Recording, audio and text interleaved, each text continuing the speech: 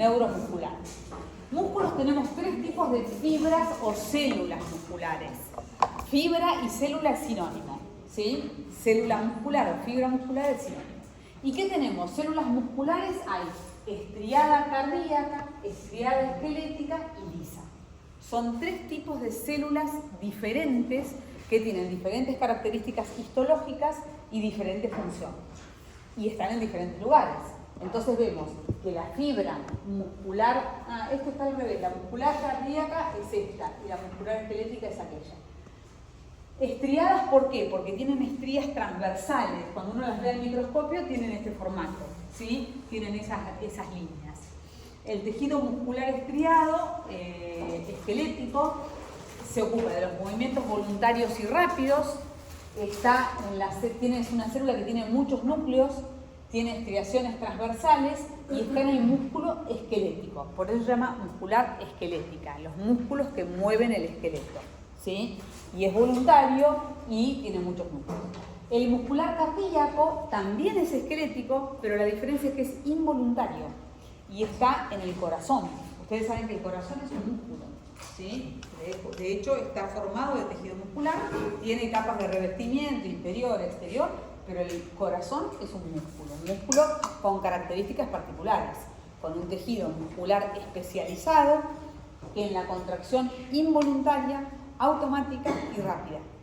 Por eso es tiqui, tiqui, tiqui, la frecuencia cardíaca. La contracción muscular es involuntaria. Yo no estoy pensando si el corazón se contrae o no, porque si no estaríamos muertos. Tienen un solo núcleo, tienen estrías transversales y tienen características peculiares que hace que tengan un sistema de conducción eléctrica que lo hace autónomo. Por eso el sistema nervioso que lo inerva es el sistema nervioso autónomo. Simpático, que lo estimula, y parasimpático, que lo inhibe, ¿sí? Van a ver ahora que en la medida que vamos avanzando con músculo, les voy a ir trayendo lo del sistema nervioso que tenemos que vincular, ¿sí? Por eso el sistema neuromuscular. Y si bien desde el punto de vista práctico en los TP lo vieron sistema nervioso un día y sistema muscular otro, en realidad la idea es poder vincular y después traer también a esto un poco de energética, metabolismo, etc. Bueno, entonces el muscular esquelético lo inerva el sistema nervioso central y periférico, pero es voluntario. Este lo inerva el sistema nervioso autónomo, simpático y parasimpático. Y el sistema muscular liso, el tejido muscular liso, son células fusiformes con forma de huso, alargadas, movimientos involuntarios y lentos, tienen un solo núcleo central y no tienen estriaciones transversales. Y en los lugares en los que está es en los vasos sanguíneos y en los órganos internos. Inervación, ¿qué sistema nervioso? Autónomo, si es involuntario, es el autónomo, ¿sí? Simpático y parasimpático. ¿Y qué dijimos? Órganos internos se refiere a todo lo que es aparato respiratorio, aparato digestivo, el sistema digestivo, y vasos sanguíneos. Y el sistema digestivo dijimos que el simpático lo inhibe y el parasimpático lo estimula, a la inversa de todos los otros, ¿sí?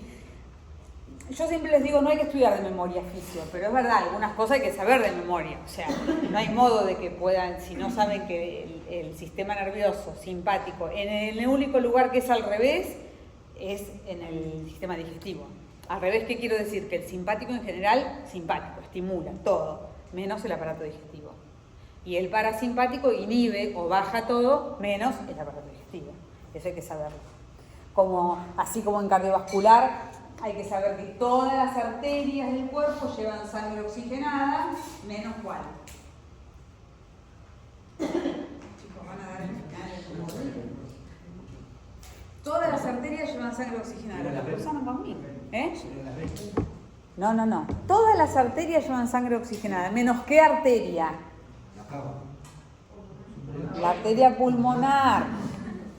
Todas las venas llevan sangre carbooxigenada, menos cuáles, las venas pulmonares. Entonces, todas las arterias llevan sangre oxigenada y todas las venas sangre carbooxigenada, excepto las pulmonares. Las arterias y las venas es al revés. Y lo otro importante es cuando decimos las arterias llevan sangre oxigenada, quiere decir que que la mayor parte es oxígeno, pero también llevan dióxido de carbono, un poquito. Mientras que las venas, a la inversa, llevan mucho dióxido de carbono y poco oxígeno. ¿Por qué? Porque las venas son las que recogen la sangre de los tejidos luego que es metabolizada, utilizada y lo devuelven al aparato respiratorio y al corazón. Y las arterias son las que salen del corazón y llevan la sangre oxigenada, de los pulmones, a todos los tejidos. ¿Sí?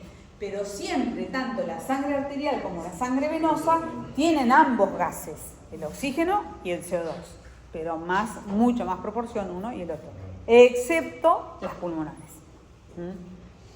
Bueno, entonces sigamos con el tejido muscular.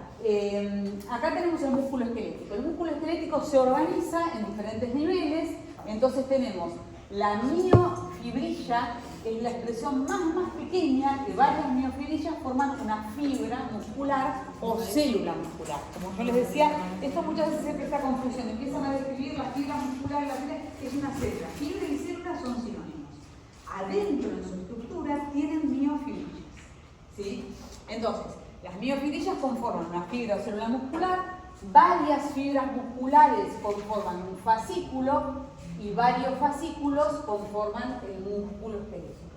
Entonces, lo que ustedes ven en una persona fibrosa que tiene esto, no son las estrías transversales de la microscópico, porque eso es microscópico, no lo vemos. Estos son los fascículos musculares, ¿sí? Los fascículos musculares, y a su vez cada una de estas estructuras está envainada, no funcionan como un bodoque todo pegoteado. Cada una de estas estructuras tiene una vaina que se llaman de adentro hacia afuera endomicio, perimicio y epimicio. El epimicio es lo que envuelve por fuera todo el músculo. Eso vieron que cuando uno cocina el vacío, por ejemplo, tiene esa telita. Bueno, eso es el epimicio del vacío, pero después si seguimos hay estructuras que no se notan al comer, porque si no uno estaría comiendo plástico, ¿no? El perimicio que envuelve a los fascículos y el endomicio que envuelve a la fibra muscular o a la miofibrilla. Entonces, cuando viene el estímulo nervioso, a lo que estimula es a la fibra muscular. Cada neurona se conecta con una fibra muscular, no con el músculo grande, con cada una de las fibras, ¿sí? Por eso el músculo puede contener 1, 2, 3, 100, 1000 o millones de fibras, ¿sí? Y acá tenemos más desglosado miofilamentos, que esto ahora lo vamos a ver cuando veamos contracción muscular. Miofilamentos, actina, miosina, troponina, tropomioxina, que suena, ¿no? Estos miofilamentos están en la miofibrilla, varias miofibrillas, fibra, fascículo, músculo. ¿Sí? Entonces así es como se organiza. Lo que nosotros vamos a estudiar cuando estudiamos sarcómero es esto. Pero esto no es ni más ni menos que el eslabón que va creciendo a lo largo de la ultraestructura. Y lo que tenemos que incorporar ahora, que ya sabemos todas las formaciones, acá tenemos actina, miosina, troponina, lo que es el sarcómero. El sarcómero es la unión varios de estas estructuras que se organizan para producir la contracción muscular. Pero la contracción muscular se puede producir gracias a que hay una serie de túbulos, que son esos que ustedes ven de color amarillo, ¿sí? Que son los túbulos T. Los túbulos T es una estructura tubular, como lo dice la palabra, que está conectada con la neurona directamente. Y cuando la neurona lo que hace es desencadenar el impulso nervioso, se libera el calcio en los túbulos T y ahí se inicia el proceso de contracción muscular. Chao. Se inicia el proceso de contracción muscular, ¿sí? Entonces, estos túbulos T son muy importantes porque son la esencia, digamos, es conocer cómo se encuentra o cómo se produce este fenómeno. ¿Ven? El túbulo T acá está dibujado en color rojo y cuando ahí se libera el calcio es que acontece este fenómeno del deslizamiento de las fibras para producir la contracción. Acá no vamos a entrar en detalle de cómo se producen los acontecimientos químicos. Esto ustedes, si entran a su cursada, que todavía está abierta, cada uno en el año que cursó, ahí están los videos, los teóricos, todas las actividades que les sirve para repasar para el examen del viernes, ¿sí? Hay un video en la videoteca en donde está esto, que es el fenómeno de la contracción, cuáles son los sucesos que van ocurriendo. Sí. No vamos a perder tiempo acá. Claro, el túbulo T. Es la que, en realidad la neurona, el estímulo eléctrico pasa al túbulo T y ahí es donde se libera el calcio en la secuencia. Porque nosotros lo que vimos en la primera parte es la unión neuromuscular. Pero la unión neuromuscular lo que acontece es eso, que el túbulo T es el que libera el calcio y ahí sigue el suceso. Ahora, fibras musculares o células musculares, le vuelvo a repetir. Ahora estamos hablando solo del esquelético, ya dejamos el cardíaco, el liso, ya vimos funciones, características, ahora vamos a focalizarnos en el esquelético. En el esquelético, las fibras o células musculares no son todas iguales. Hay 3 tipos de células estriadas esqueléticas, ¿sí? No estamos ahí ahora. Las fibras rojas, tipo 1, tipo 2A y tipo 2B. Las tipo 1 son de contracción lenta, fibras rojas que se le llaman, tipo 2A de contracción intermedia y tipo 2B de contracción rápida, o blancas, ¿sí? Y vamos a ver que en este músculo las de tipo 1 son las rojas, las otras son blancas. O sea, cuando uno habla de fibras de un músculo y de tipos de fibra, no hay ningún músculo que tenga todo el mismo tipo de fibras. Todos los músculos tienen los 3 tipos de fibras, pero las proporciones de fibras que tiene cada músculo van a depender de la función de ese músculo, de lo que haga y también del grado de entrenamiento. Igual, acá en fisiología humana no hace falta que hablemos de entrenamiento, pero sí ya pensar en esto, enfocándonos en por qué estudiamos esto y para qué me va a servir. Entonces, acá tengo un músculo que tiene predominantemente fibras rojas. Acá uno que tiene mitad y mitad, digamos. Y acá, o de contracción intermedia. Y acá hay uno que tiene mayor proporción de fibras blancas. ¿Qué quiere decir? Que las fibras los músculos que tienen más con fibras de contracción lenta son aquellos que se usan más para las actividades aeróbicas o las actividades de resistencia. Entonces, por ejemplo, los músculos posturales, volvemos otra vez al tema, tienen mucho más fibras rojas. Porque los músculos posturales son los que tienen que sostener la postura el mayor tiempo posible. Entonces, tienen menos vainas de mielina, por eso la conducción nerviosa es más lenta, y a su vez tienen más fibras rojas. Son todas adaptaciones funcionales para que esos músculos puedan desempeñar esa función. Mientras que, por ejemplo, los cuádriceps, los isquiotibiales, los de los miembros superiores, tienen más intermedias o rápidas, depende. Lo tendrán los velocistas, un tipo que entrena para correr 100, 400, 800 metros, entrena y desarrolla en los miembros inferiores más este tipo de fibras. Es decir, sus miembros inferiores proporcionalmente tienen más fibras blancas. Entonces uno dice, bueno, entonces un keñata de estos que hace velocidad 800 metros está parado quiero decir, cuando está parado está con las fibras blancas. No, cuando está parado, esos músculos usan más las fibras rojas. Cuando hace el shot de velocidad o lo de velocidad, utiliza más las fibras blancas. Parado con las rojas, creo que dije al revés. Parado está con las rojas y cuando corre usa más las blancas.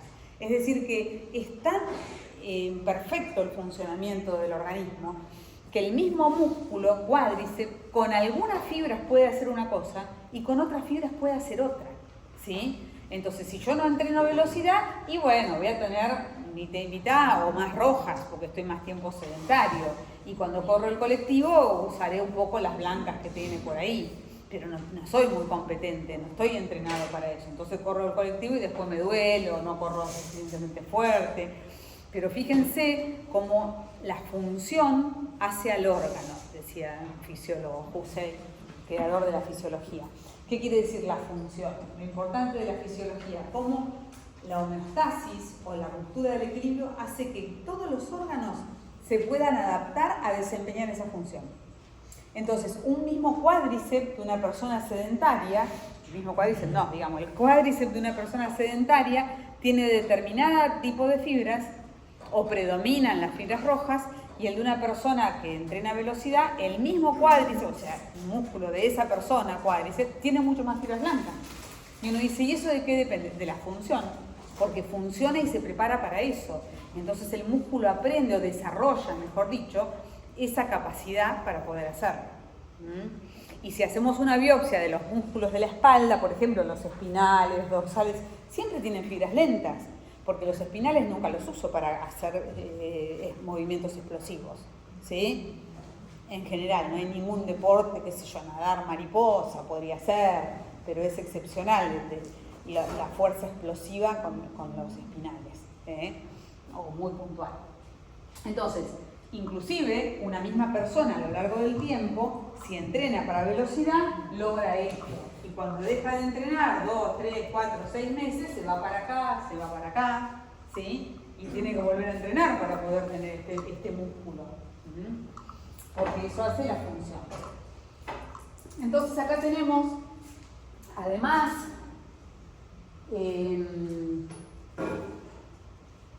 uniendo con neuromuscular, la cantidad de unidades motoras. ¿Qué es la unidad motora? El concepto de unidad motora viene de la mano con el de unión neuromuscular. Ya vimos antes lo que era la unión neuromuscular y cómo un nervio estimula un músculo y cómo se produce la contracción.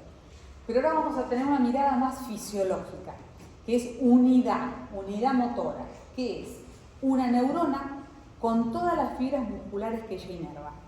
Porque como les dije, la neurona tiene múltiples terminaciones y una neurona no inerva a una fibra muscular y ahí se contrae en forma lineal. No, la neurona con sus dendritas desparrama los estímulos eléctricos e inerva varias fibras musculares, ¿sí?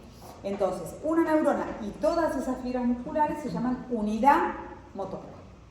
¿Qué quiere decir esto? Cuando la neurona se despolariza, todas las fibras que ella inerva se contraen.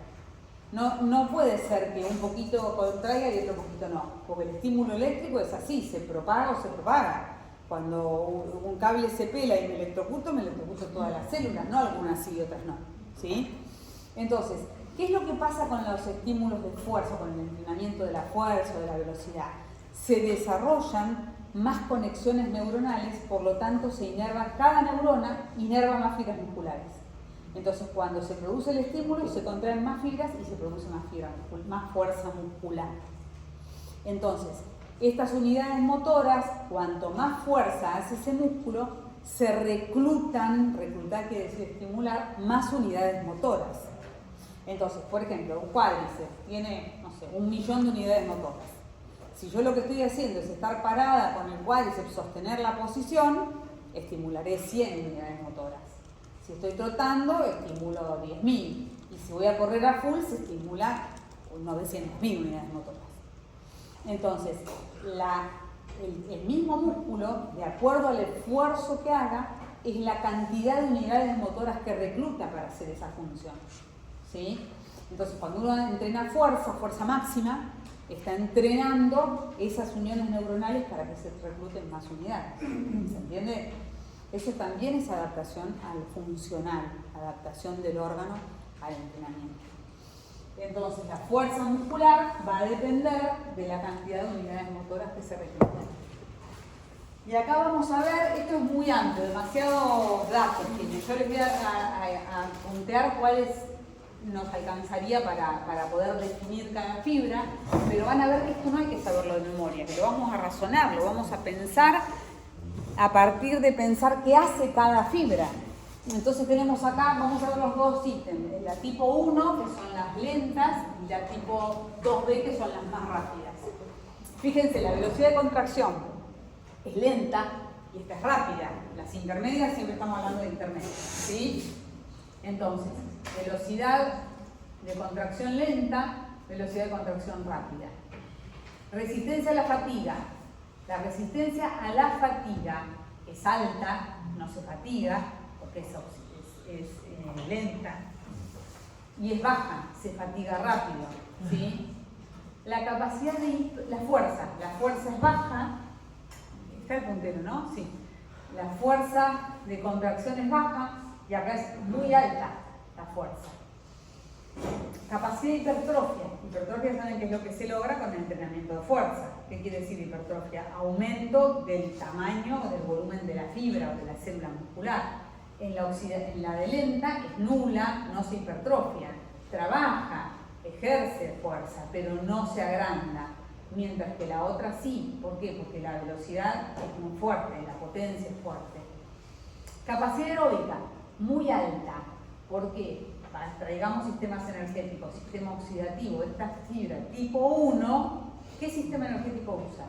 El oxidativo, porque es el que necesita sostener el esfuerzo durante largo tiempo. Mientras que la otra, la capacidad oxidativa es muy baja, porque no usa el sistema oxidativo. ¿Qué sistema usa? O glucolítico. ¿Sí? Depende de la intensidad y la duración del esfuerzo.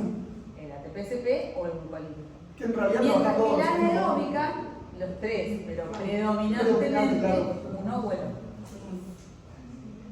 La capacidad anaeróbica acá es baja y acá es muy alta, ¿sí? Vamos a los capilares. El número de capilares, ¿qué son los capilares? Los vasos sanguíneos pequeñitos que le llegan a esa fibra muscular o a esa célula muscular. En la tipo 1, ¿cómo va a ser? Muchos. ¿Por qué? Porque necesita oxígeno. ¿Por qué necesita oxígeno? Porque usa el sistema oxidativo. Si necesita oxígeno, necesita sangre. Y por eso tiene más capilares.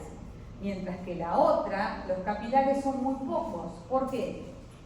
Porque no necesita oxígeno. ¿Por qué? ¿Qué usa? Fosfocreatina o glucosa. Pero, glucosa, pero no necesita oxígeno para el glucolítico, ¿sí? Entonces, ¿por qué estas van a ser rojas, que también las llamamos rojas? Porque al microscopio se ven rojas porque le llega más sangre, porque necesita más oxígeno. ¿Ven que todo esto es pensarlo? No hace falta que nos acordemos de memoria, sino que pensemos, son de contracción lenta, listo. Si son de contracción lenta ya tenemos ahí que bajar un montón de contenido. Les llega más sangre, usan el sistema oxidativo, tienen capacidad de resistencia a la fatiga, velocidad de contracción lenta, reserva de glucógeno y grasas, muy grande. ¿Por qué? Porque el sistema oxidativo, ¿qué usa? Grasas, lípidos y glucosa. Entonces tiene gran cantidad de glucosa y de eso. Cantidad de hemoglobina, muy alta. ¿Por qué? Porque la hemoglobina es lo que le lleva el oxígeno, ¿sí? Mioglobina. La mioglobina es la hemoglobina del músculo. Dentro de la fibra muscular, la mioglobina es la hemoglobina del músculo. Mientras que la tipo 2B, todo al revés, ¿sí?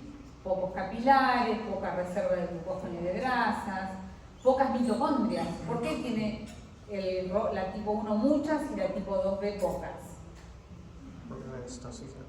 Porque en la mitocondria es donde se hace el sistema oxidativo, el ciclo de Krebs, ¿sí? Recuerden que la tipo 2B utiliza la glucólisis. ¿Y la glucólisis dónde se hace? ¿En qué parte de la célula? En el citoplasma, no necesita la mitocondria. Eso es muy importante, pregunta de parcial, final. Tenemos la glucólisis y el ciclo de Krebs. La glucólisis en el citoplasma y el ciclo de Krebs en la mitocondria.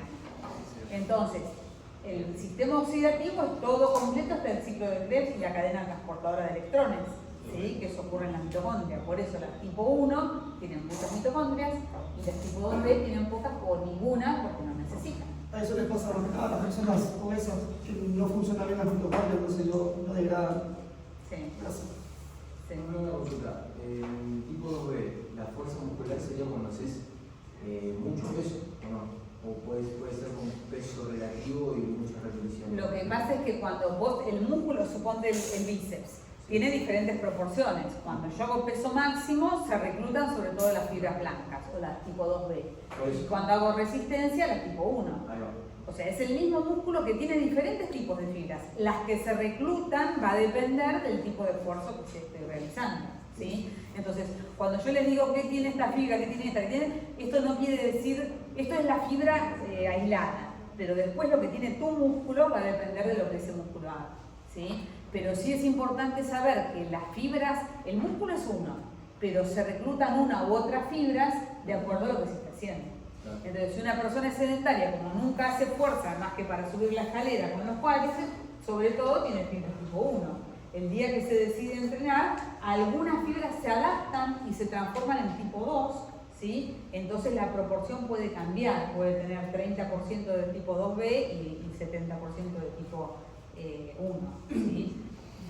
Entonces, eso es todo funcional y ustedes conociendo estos contenidos teóricos lo pueden pensar qué es lo que le pasa a esa fibra con eso, ¿sí?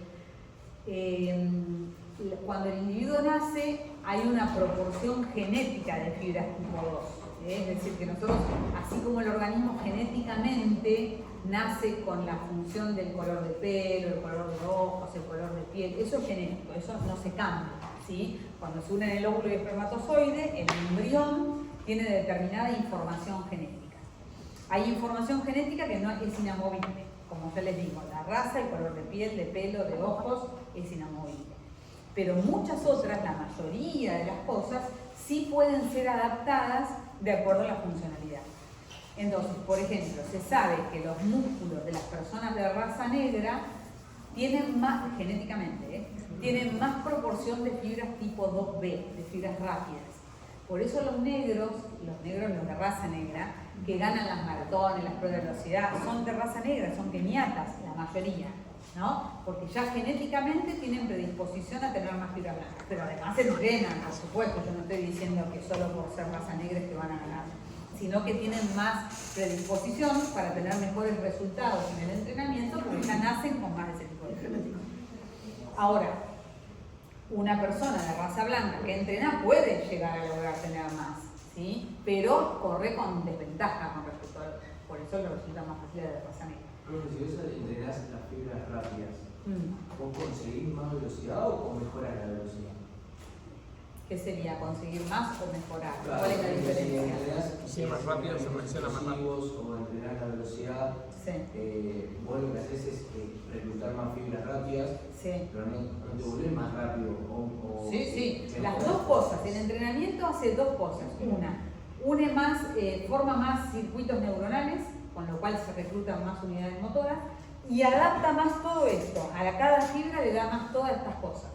Entonces, por los dos mecanismos, el entrenamiento de la fuerza, o de la velocidad, o de la potencia, o bueno, nada es igual, todas son cosas distintas, pero van todas por el mismo lugar, entrena dos cosas, está el entrenamiento neurológico y el entrenamiento muscular. No va por separado, va junto, pero se desarrollan ambas cosas. La unión neuromuscular, lo cual hace que la electricidad llegue mejor, y a la fibra en sí misma, o sea, por eso se entrena. Y es más, cuando vean el entrenamiento van a ver que hay cosas que apuntan a mejorar la respuesta neurológica, hay otras que apuntan a mejorar la fibra muscular, que de acuerdo a la edad también hay más o menos posibilidades. Por ejemplo, el entrenamiento de la fuerza en niños, lo que uno puede entrenar fuerza en niños, ¿sabían?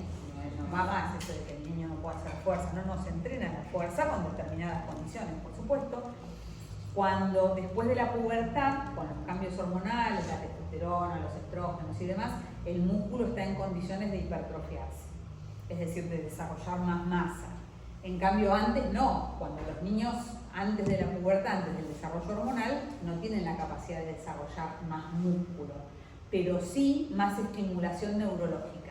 Lo que se estimula es a la neurona para que sea más plástica, para que tenga más plasticidad, para estimular a más fibras musculares, o ser más veloz, o coordinar mejor. Y así se logra el entrenamiento de la fuerza o de la velocidad en los prepúberes, antes de la pubertad.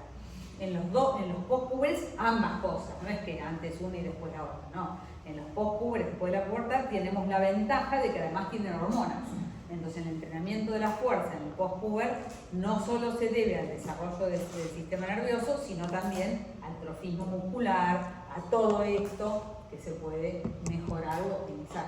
Es más, este tipo de fibras se pueden transformar en aquellas, y aquellas se pueden transformar en estas, ¿sí? O sea que las mismas fibras musculares pueden adaptar su función de acuerdo a lo que las hacemos entrenar. Sí, lo ideal sería trabajar los tres sistemas en sí, los tres tipos de fibra. Depende de lo que Depende de la quiera edad, lograr. depende del contexto, depende de un montón de cosas. Depende de lo que quiera lograr. Si vos querés ganar 400 metros, posta de 400 por 400, hagas una cosa, y si querés ganar 10 Claro, pero dominas mucho más eso y menos eso. Claro. Bueno, entonces acá repetimos la sinapsis eléctrica, la sinapsis química, eso a modo de repaso. Ya lo vimos en la clase pasada, acá tenemos lo que es unión, acá está la diferencia entre unión neuromuscular, que es una neurona con un músculo, y lo que es unidad motora, que es la neurona con todas las fibras que ella inerva. Y lo que tenemos que saber es que cuando una neurona desencadena el estímulo, todas esas fibras se contraen, ¿sí? Lo que les decía. Bueno, acá están las vesículas, que lo vimos.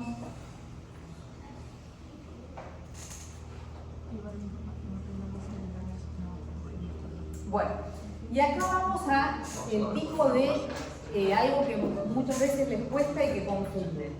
Lo que vimos recién es el tipo de fibras musculares, ¿no? Bueno, lo primero, vamos por partes porque son cosas que a veces se confunden y dicen, bueno, ¿qué tipos de músculos conoces? Los músculos son tres: estriado esquelético, estriado cardíaco y liso. Y ya vimos cada una de las cosas. ¿Qué tipos de fibras musculares conoces? Fibras musculares no es músculo, es célula, ¿sí? Entonces, ¿qué tipo de células musculares conoces? Tipo 1, tipo 2A y tipo 2B.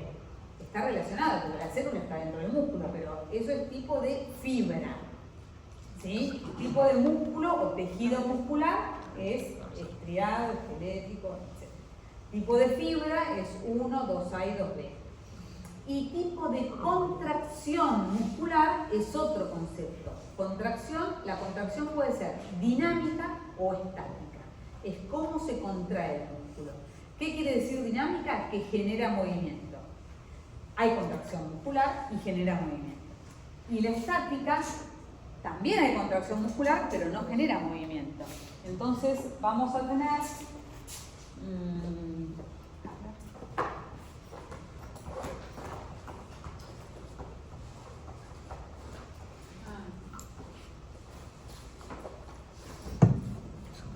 Estoy buscando algo para borrar. ¿Alguien tiene un papelito o algo? Se aplica en la tensión muscular sin que se acerque al punto de inserción. No, no tengo así bien. Fibrosa, pero no me conoces. No, no, eso es. Bueno, entonces. Sí. ¿Ok? Para voltar para llegar a ¿De dónde salió eso? Tengo uno, está buenísimo. Bueno, entonces.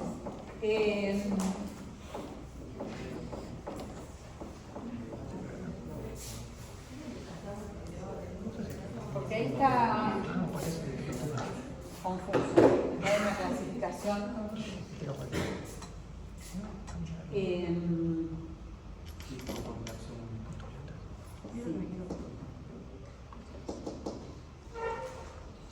Dinámica. Esto se llama tipo de contracción o de fuerza muscular. También le decimos fuerza muscular. Dinámica o estática.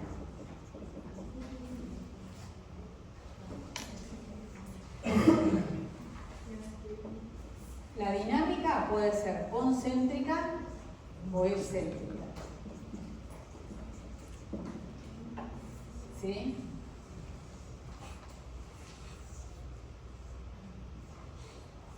Concéntrica o excéntrica. Bueno, esto es sí, pero no así.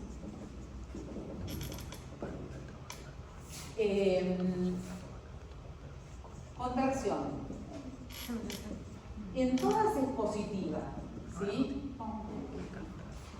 En todas hay contracción, porque por eso se llama contracción, ¿sí? Entonces la contracción muscular es positiva, positiva y positiva, ¿sí? Ahora, la diferencia, las inserciones musculares.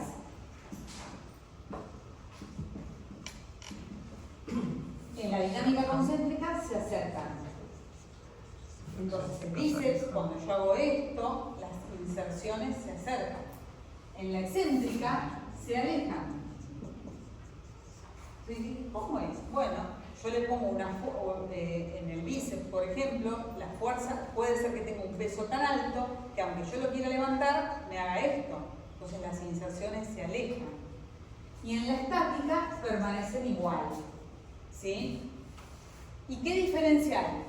En la contracción concéntrica, la fuerza con respecto a la resistencia, la fuerza es mayor que la resistencia. ¿Qué quiere decir? Yo acá pongo una pesa de 1 kilo y la fuerza que tiene mi bíceps es mayor a 1 kilo. Entonces yo la puedo levantar. La fuerza es mayor que la resistencia. La resistencia se refiere al peso que resiste esa fuerza. La fuerza es mayor que la resistencia. Mientras que en la excéntrica, la fuerza es menor que la resistencia. Entonces, ¿qué pasa? Yo pongo una pesa de 10 kilos y mi bíceps no tiene fuerza. Entonces, aunque yo haga fuerza, las inserciones se van a alejar. Estoy haciendo fuerza, pero no puedo levantar, se aleja. Acompañar la caída, vendría a ser. Por ejemplo, ¿sí? Entonces, cuando sostener para ir acompañando justamente la caída. O también, cuando yo levanto 2 kilos con el bíceps, es concéntrica para el bíceps y excéntrica para el tríceps. Porque cuando yo levanto esto, no es el bíceps solo el que trabaja. Ustedes piensen que todo es una funcionalidad. Predominantemente trabaja el bíceps, pero el tríceps también está acercando. Entonces, el tríceps, es más, ustedes se tocan cuando uno hace esto, y sí, hay una contracción en el tríceps, es excéntrica para el tríceps. Y la inversa, cuando yo bajo los 2 kilos, es concéntrica para el tríceps y excéntrica para el bíceps. ¿Sí? Pero por eso entonces uno depende a cómo lo analice. Y en la estática, la fuerza, ¿cómo es con respecto a la resistencia? Igual a la resistencia. ¿Y cuál es el ejemplo de una fuerza estática? Sentadilla estática. Una sentadilla estática, una planchita. Una planchita, la fuerza es igual a la resistencia. Porque hay contracción muscular, claro que hay. De hecho, cuesta un montón hacer una planchita. Pero la fuerza que hace cada músculo, el abdominal, el isquiotibial, el glúteo, lo que sea, es igual a la resistencia para sostenerme en esa posición. Justamente el ejercicio de fuerza es controlar la resistencia, ¿sí? La resistencia que me hace el medio ambiente, la gravedad. La fuerza es igual a la resistencia. Pero en todas hay contracción. ¿Sí? Uno dice, no, acá no hay contracción. ¿Cómo que no? Claro que hay contracción. Lo que pasa es que la contracción es estática. ¿Genera movimiento? Sí, sí, no. Acá no hay movimiento, pero sí hay contracción. ¿Sí? Lo que pasa es que como no hay ni acercamiento ni alejamiento de las inserciones, no hay movimiento, pero los músculos están contrayendo un montón. Esto es lo que se llama estático o isométrico. ¿Por qué isométrico? Porque la medida del músculo es siempre la misma, ni se acorta ni se alarga las fibras musculares. Entonces acá viene la fibra muscular, ¿qué es lo que le pasa? Acá se acortan, acá se alargan, pero se contraen. Uno dice, se alargan, se están estirando, no, se están contrayendo, pero se alargan. Y acá permanecen igual, ¿sí? Las fibras musculares. Esto es el tercer concepto que no tienen que confundir, que se refiere a tipos de fuerza muscular o de contracción muscular. Y ahora vamos a la práctica, que es qué tipo de fuerza está haciendo este señor con las pesas. ¿Cómo se llaman esas pesas? Rusas. ¿Cómo dijiste vos? Pesas rusas. Ah, rusas, sí. Las pesas rusas. ¿Qué tipo de fuerza está haciendo? ¿Qué tipo de contracción? ¿Excéntrica? Dinámica. Dinámica, pero concéntrica. Excéntrica, concéntrica. Sube o baja. No. Está contando todo. Acá punto isométrico. Depende qué grupo muscular analicemos. Entonces, a ver, por ejemplo, ¿qué está haciendo con el bíceps? Cuando baja la mano izquierda, le está acercando los puntos de inserción. Cuando baja el brazo izquierdo. El brazo izquierdo. Y lo mismo con el derecho. Cuando baja, O sea, se acerca los puntos de inserción. predomina una igual. La excéntrica predomina sobre la concéntrica. Y depende en qué movimiento, Sí, qué dice. músculo y en qué movimiento estamos analizando. Como decía él acá, cuando baja el bíceps está dinámica concéntrica y cuando lo estira, dinámica excéntrica. Ahora, si analizamos los cuádriceps, cuando baja, dinámica excéntrica y cuando sube, dinámica concéntrica. Si analizo los isquiotibiales, cuando baja, dinámica excéntrica y cuando sube, dinámica concéntrica, ¿sí? Entonces, cada uno está trabajando diferentes tipos de fuerza de acuerdo al gesto que está ejecutando. ¿Y cómo está trabajando los espinales? Se mantiene todo el tiempo. Estático, no se mueve. Y más o menos estática, podríamos decir, porque está sosteniendo la columna. Uno dice, pero si sube y baja, sí, pero está estático, ese tronco lo está sosteniendo para mantener el equilibrio. No es que está haciendo así y así, flexionando o estirando el tronco, eso es otra cosa. Acá lo está sosteniendo estático para poder hacer todos los otros gestos. Entonces la fuerza que está haciendo con los posturales del tronco, uno podría analizar cada uno. Dice, bueno, los abdominales no, porque un poco hace así, está bien, bueno. Pero con el tronco en general, lo que está haciendo es fuerza estática o contracción estática para poder sostener la postura. Los glúteos uno tendría que analizar cuando sube y cuando baja también. Bueno, y este otro, el que está con la pelota ahí, ¿qué está haciendo? Profe, y cuando baja que mantiene el brazo arriba, ¿cuenta como isométrico? Estático, sí, Ah. isométrico. Porque el brazo queda... Cuando sostiene el o sea, brazo queda así, arriba. está isométrico, porque Claro. está haciendo fuerza ¿con qué? Con todo esto, con contracción, pero las inserciones están estáticas, no se mueven, fíjate, tiene el brazo duro, la fuerza es igual a la resistencia, no genera movimiento, para el brazo duro, y la fuerza muscular es igual en todo el tiempo, está todo el tiempo haciendo esto, ¿sí? También es estático. El del que está con la pelota, ¿qué está haciendo con los miembros superiores? Estático, totalmente estático para poder hacer este gesto, si no, no podría hacerlo. Y con los miembros inferiores, dinámica concéntrica, excéntrica, según lo que estés analizando, ¿sí? Y en algún momento ahí es isométrica de los miembros inferiores, porque por eso la puedes sostener así. Entonces ahí está trabajando fuerza isométrica también de los miembros inferiores. Y este otro, el del banco, en el tronco, por ejemplo. Y no, ¿El tronco? el tronco, los brazos. No, el tronco es esto, los brazos son los miembros superiores. Acá dinámica concéntrica y excéntrica todo el tiempo, porque no se detiene. Pero acá es isométrica. Y acá también, porque está haciendo fuerza, no está relajado, porque si no, no podría estar haciendo esto. Todos los que hacen banco saben que hay que sostener cierto nivel de fuerza que va más allá del tono muscular para poder sostener esto, ¿sí? Pero está estático. Todo esto es fuerza estático, de hecho no se mueve. Y esto sí se está Si moviendo. te ponen a analizar todos los movimientos, si hay un punto de isometría, no solamente que va a ser más predominante destinando la característica del movimiento. Claro, pero por eso entonces lo que tenemos que poder analizar es el gesto o el movimiento en cada uno de los momentos, ¿sí? Porque aún durmiendo hay cierto grado de contracción muscular, porque nos movemos para un lado, para otro, ¿sí? Bueno, y ahora para llevar bien a la práctica les voy a mostrar unos ejemplos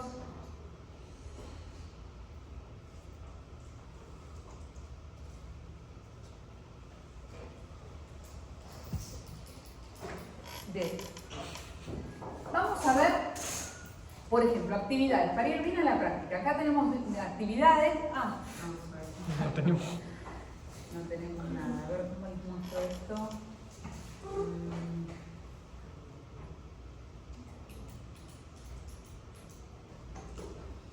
Acá no hay nada, ¿no?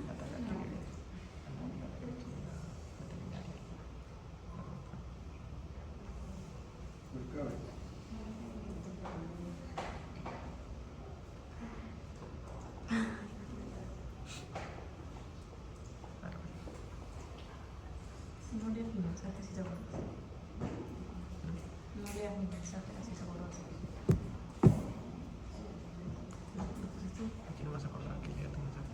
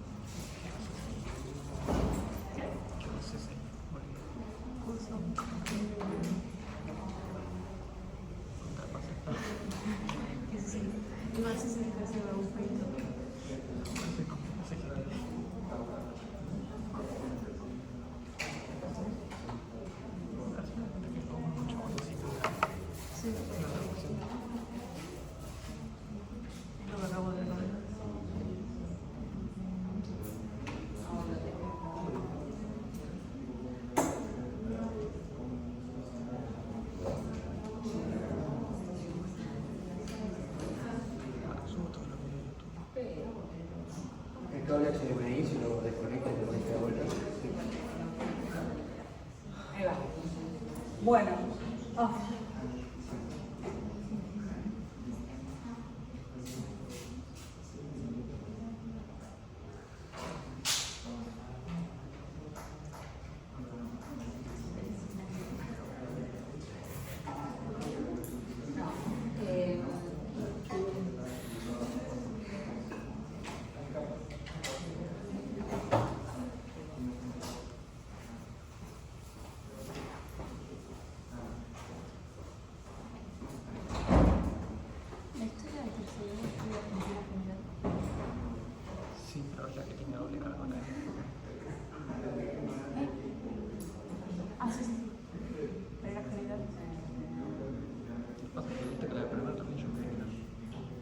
Sí.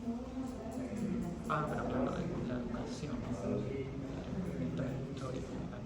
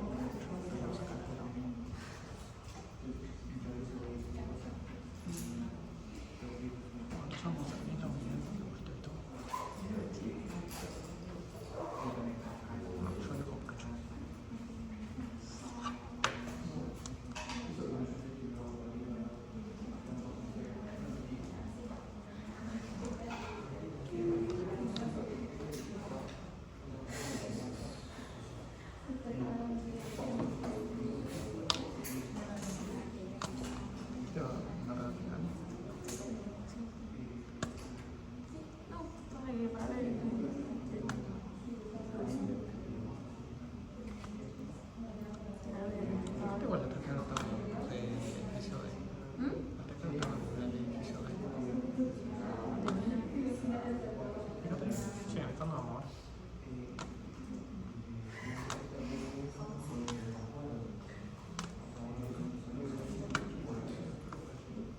Pues hermano. Creo que está como si fuese la segunda pantalla. Le conviene poner. Suele usar segunda pantalla. Bueno, ahí estamos.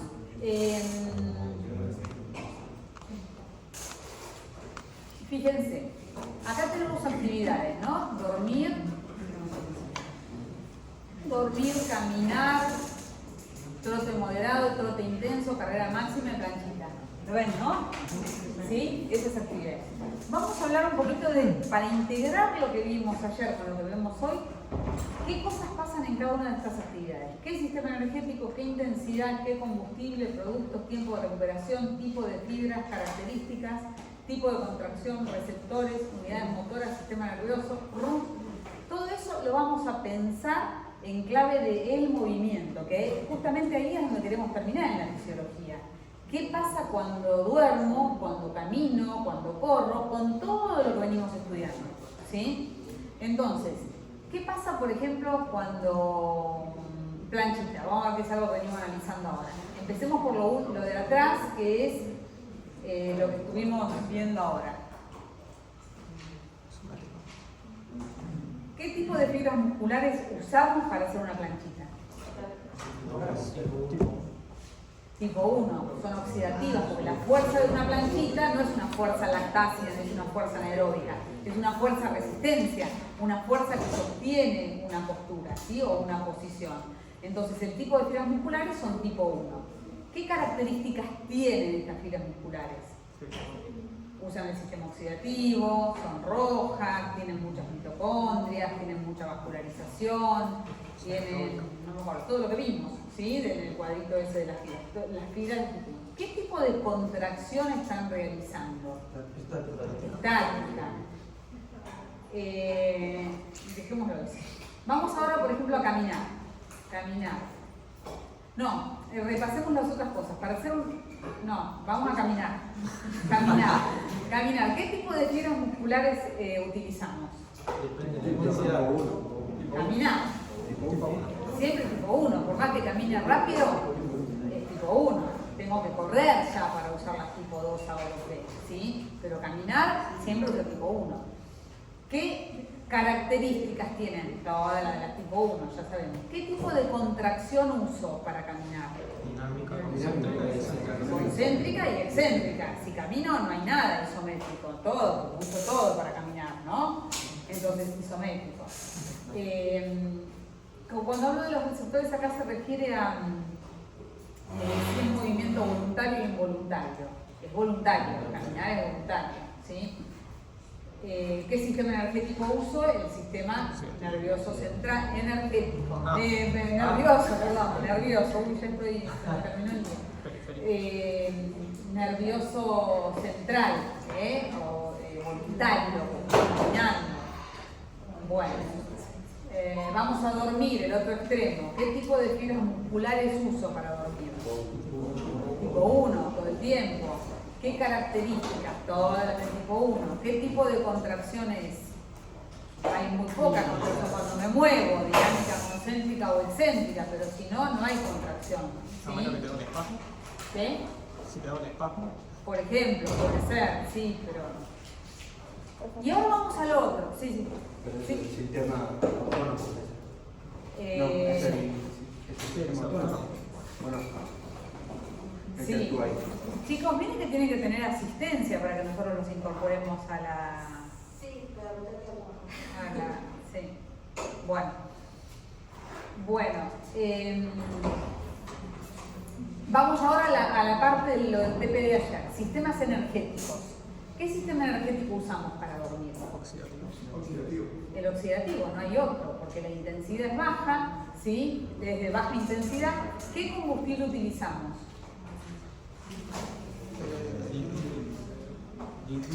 El sistema oxidativo, ¿qué combustible usa? Líquidos O sea, Líquidos, líquidos y Puede puede usar ser- cualquiera de los tres, los lípidos, los glúcidos y excepcionalmente las proteínas. Pero ¿cuál es la diferencia y qué esto es lo que tienen que saber del sistema oxidativo? Que el sistema oxidativo tiene la particularidad que se puede usar a muchas intensidades. Porque el sistema fosfágeno es para esfuerzos de muy alta intensidad y muy corta duración, ¿no? El sistema, como por ejemplo, un lanzamiento. El sistema glucolítico, ¿para qué es? como para mantener Para cierto tiempo. sistemas para esfuerzos de intensidad submáxima y corta duración, de hasta 1 minuto, 45 segundos, 1 minuto.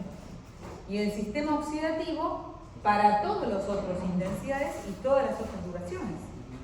Entonces, cuando uno analiza el sistema energético que se te utiliza para determinada actividad, ¿qué es lo que tiene que analizar? ¿Qué es lo que tiene que pensar? ¿Cómo? Vuelta. Cuando uno analiza qué sistema energético utiliza para determinada función o para determinada actividad, ¿qué es lo que tiene que pensar? Porque no lo hacemos de memoria. El esfuerzo que vas a hacer. La intensidad. El esfuerzo. Y en primer lugar la intensidad y en segundo lugar la duración. Y en ese orden, primero la intensidad y segundo la duración. ¿Y por qué? Porque si yo les digo que es un esfuerzo de intensidad baja, va a ser oxidativo. Ahora, si yo les digo que es un esfuerzo de intensidad muy alta, no necesariamente. Porque yo te digo es de intensidad muy alta durante 3 minutos. Y ahí se ven los sistemas. Todos los sistemas se van. Muy alta la intensidad. Oxidativo no puede ser. Una duración de 3 minutos. Bueno, hasta 2 a 3 minutos podría ser glucolítico, ¿sí? Entonces, ¿por qué la intensidad? Porque si la intensidad es muy alta, yo sí o sí tengo que saber la duración para poder discriminar si es fosfágeno o glucolítico. Entonces, yo te digo, es intensidad muy alta durante 30 segundos,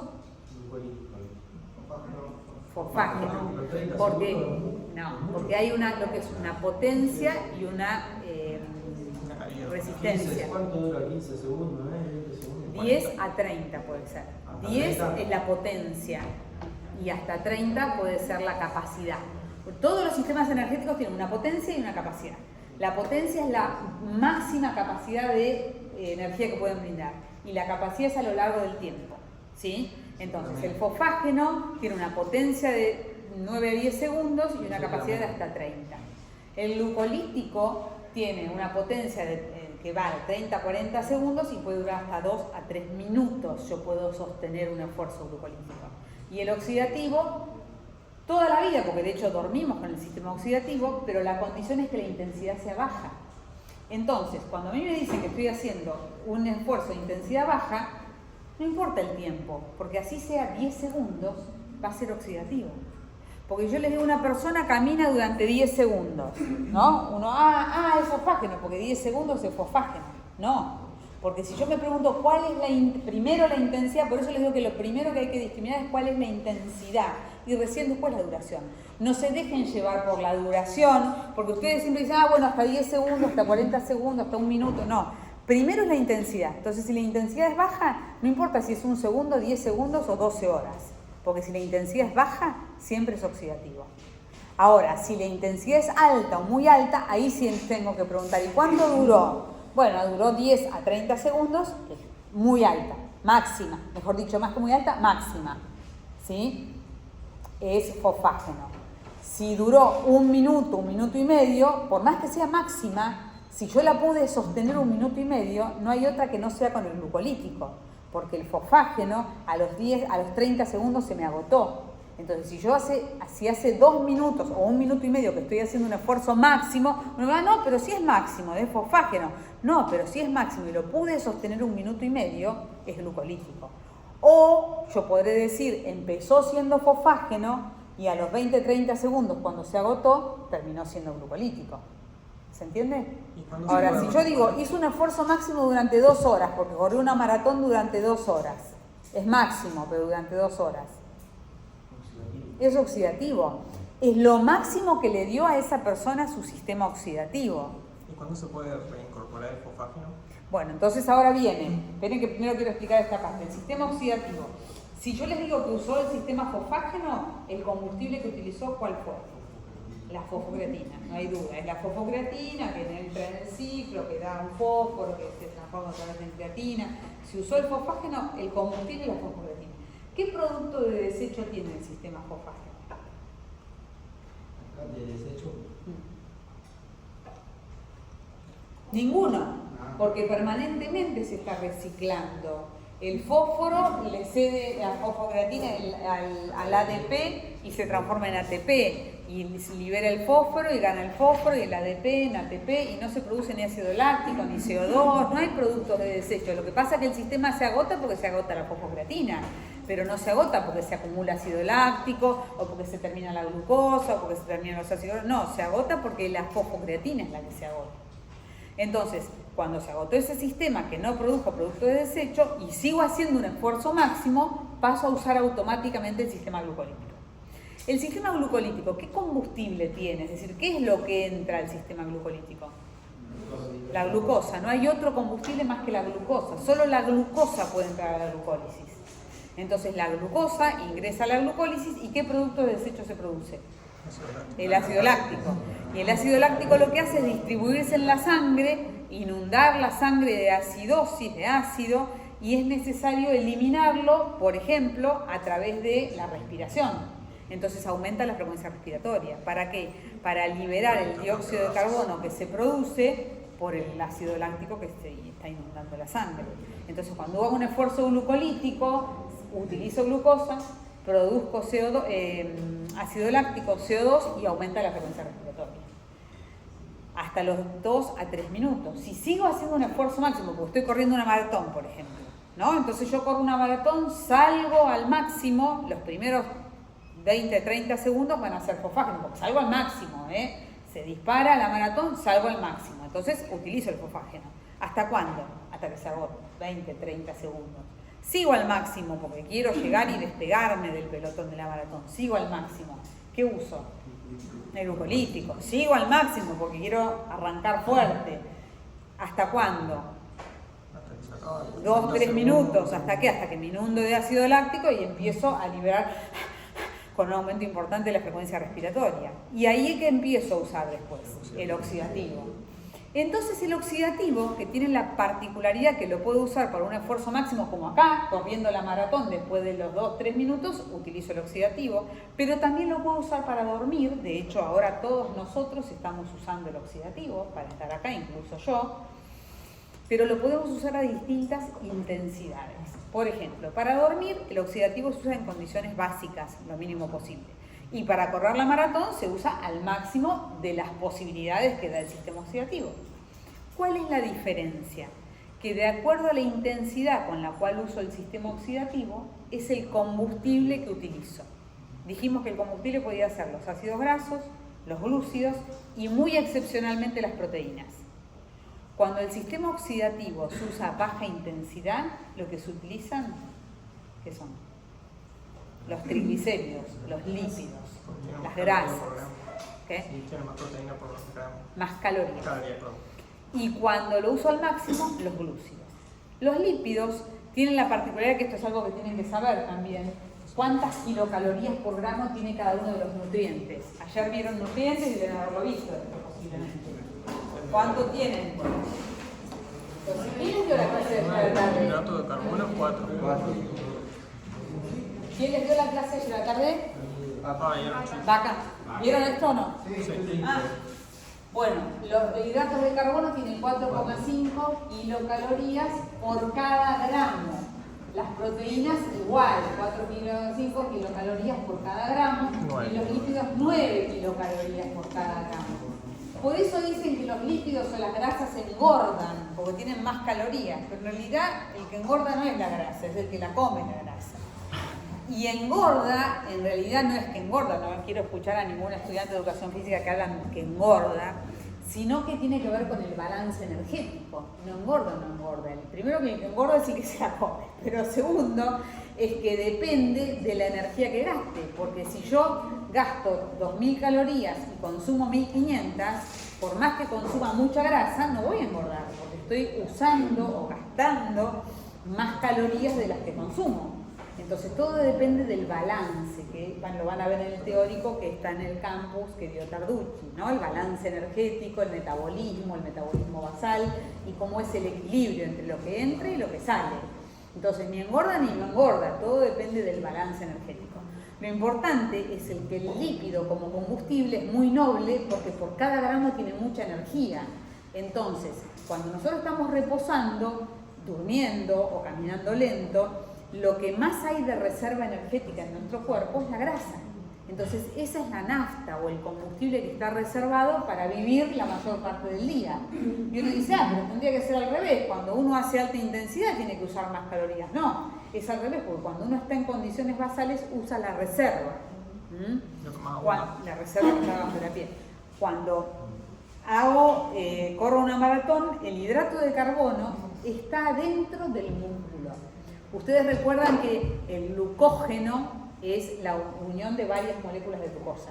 ¿Y dónde se almacena el glucógeno? En el músculo y en el hígado. ¿Por qué? Porque para estar listo en el músculo, cuando el músculo necesita hacer más intensidad, la grasa no se almacena dentro del músculo. La grasa se almacena acá más lejos, en el celular subcutáneo. Entonces yo duermo y va llegando la grasa, va produciendo energía, voy caminando, va llegando la grasa, va estimulando el sistema oxidativo. En cambio, cuando necesito energía más rápido, la tengo que tener ya dentro de la fibra muscular. Y aunque me brinde 4,5 por cada gramo, la tengo ahí lista para ser usada. Ahora, con el glucógeno muscular no alcanza para correr una maratón de 2-3 horas. También uso grasa, no es que no uso grasa. Pero el concepto que se tiene que llevar es que el sistema oxidativo, cuando se usa a alta intensidad, usa sobre todo glúcidos. Y cuando se usa moderada o baja intensidad, usa más tejido adiposo, tejido graso, triglicéridos. ¿Sí? Consulta, capaz que no escuché bien, pero dijimos que el OTP no tiene residuos, el glucolítico genera lactato y el oxidativo. CO2 y agua, dióxido de carbono y agua. El agua, ¿qué pasa? El agua va, vieron que el ciclo de Krebs y la cadena transportadora de electrones, eso es el sistema oxidativo. Ahí se van produciendo moléculas de dióxido de carbono y agua. ¿A dónde va el agua? A la circulación. ¿Y a dónde va el dióxido de carbono? Se exhala por el sistema respiratorio. Entonces dice, pero si vos me dijiste que en el glucolítico era el que se exhalaba por el sistema respiratorio. Siempre el CO2 se exhala por el sistema respiratorio. La diferencia es que para vivir, para estar sentados, para dormir, con 12 respiraciones por minuto, alcanza para ingresar el oxígeno y sacar el dióxido de carbono. Cuando troto y uso el glucolítico, porque lo uso 3 minutos al máximo, hago esto. ¿Qué pasa? Tengo que respirar 30, 40, hasta 60 veces por minuto para poder exhalar el exceso de CO2 que estoy produciendo. ¿Sí? Entonces siempre producimos CO2, aún el sistema oxidativo. La diferencia es que cuando uso el sistema oxidativo, con 12 respiraciones, con una frecuencia de 12 por minuto me alcanza. Cuando lo voy usando más intensidad, voy aumentando, 12, 18, 20, 22, 24. Cuando paso los 30 es porque estoy usando el ácido láctico. Estoy usando el glucolítico, estoy produciendo ácido láctico. Entonces, ¿ven cómo todos los sistemas están relacionados? Y que cuando uno habla hablamos del sistema nervioso, del sistema muscular, del metabolismo, del sistema endocrino, pero todo eso lo tenemos que reunir en una función, en caminar, en dormir, en correr, porque todo eso se pone en juego para desempeñar esa función. Entonces, ustedes van a ver que cuando nosotros les tomamos la evaluación, inclusive el parcial, el final, hablamos en función de eso, de qué pasa con todos los sistemas cuando desempeñamos determinada función. ¿Sí? Bueno, ¿tienen alguna pregunta? Les voy a mostrar el QR para